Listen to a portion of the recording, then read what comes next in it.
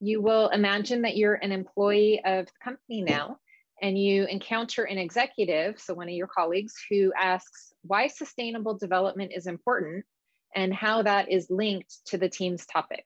You have 90 seconds in which to convince the executive why this needs to be addressed, and one member of the team will do this.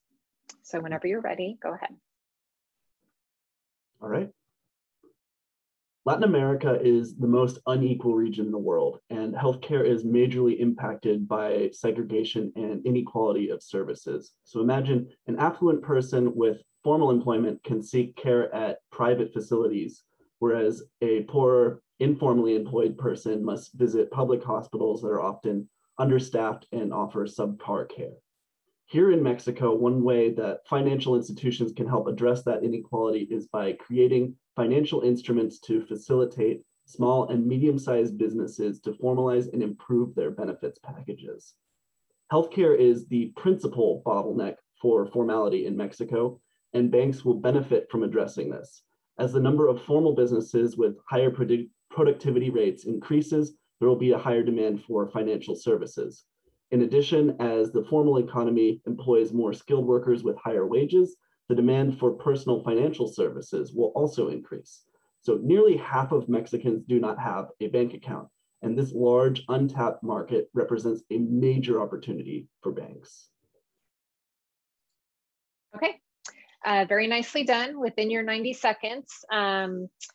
Substantively, what I really liked about your presentation is that you explained what's in it for me, or what's in it for our company, why we should care. So that makes it very compelling, because the company does, after all, have a duty to return value to shareholders, customers, whatever, whoever are the relevant stakeholders. So you always have to come from a position of what's in it for them. Why is your pitch going to be compelling? And in your case, even though you only had 90 seconds, you explained that the reason why is because it's actually going to generate higher demand. Plus, it's serving a worthy goal, you know, and filling a need, an urgent need that is out there. But in addition to that, it's going to increase the demand in the business that we're in. So you packed a lot in. It was very clear. You articulated it very well. If there's one piece of constructive criticism, maybe just, you know, the fact that that the setup was supposed to be you're kind of bumping into somebody and they ask you, gee, why is this important? And then you're supposed to explain why. It was, you know, a little bit like you were reading a prepared statement, and you can tell that on Zoom, right? It's challenging on Zoom. However, that said, you delivered it very nicely. It was clear. You laid out the problem, the solution, and the reason why the solution is good for me to consider. So it's very nicely done. Okay, so with that, I want to open up the floor for any kind of questions that you may have, or discussion about the problem statement that you all took in, or your experience going through this competition. We got a lot of good feedback yesterday when we gave the 25-minute presentation, like the topic being so complex and it has such depth that maybe like using a story would help. And that's when we tried changing our 10-minute pitch. Oh, yeah. The story was good. The story was good. It was a very good way to do. I think maybe just putting it at the beginning might have been more effective. But good job listening to the feedback and trying to incorporate that in, because that did help me then. It was an illustrative example, and I think that always helps people picture what it is that you're talking about. Examples are good. So I have a question about developing like a pitch, any sort of like presentation where you have a specific time limit. I mean, you gave me the feedback that it was kind of like I was reading a statement, and that's something that I've received that feedback before, and it's something I struggle with in situations where you have a short time period in particular. So like, how do you create something that's really short without actually typing out the exact number of words and then reading through it to make sure you're within the right amount of time? Yeah. Well, you're not alone. Everybody struggles with this. I do as well. So just you can feel very normal in that sense. But uh, the technique that I like to use is, what are my main 2 or 3 points? And you don't want more than 3, but there's probably 2 or 3 points that you're trying to drive home. And just think about, look, those are the points I want to deliver. That's what I really want the audience, whoever that audience is, to hear.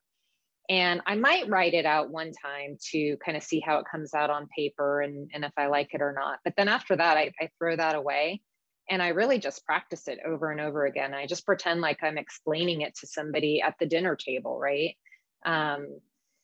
Whatever the topic is, but here are the 2 or 3 things that I want you to know. And I just explain it in my own words. And then I try it again, and then I try it again. And it comes out a little bit differently each time. But when you do that and you throw away the paper, you do start to hear things that you're saying that you really like. You're like, oh, that was like witty. That thing I just came up with, that was awesome. And so you're going to remember that, right? And so that little piece will end up every time you do it. And so it really is just running through it over and over and over again. And then when you do get the opportunity to do it for real, you're not going to be reciting a script that you memorized. It's going to come out yet again different, but you're going to have a few like anchor pieces, like your little funny joke that you thought of, or your 2 points that you're making. Those will be the same every time. And then you kind of fill in between it, and it's going to be a lot more authentic and natural.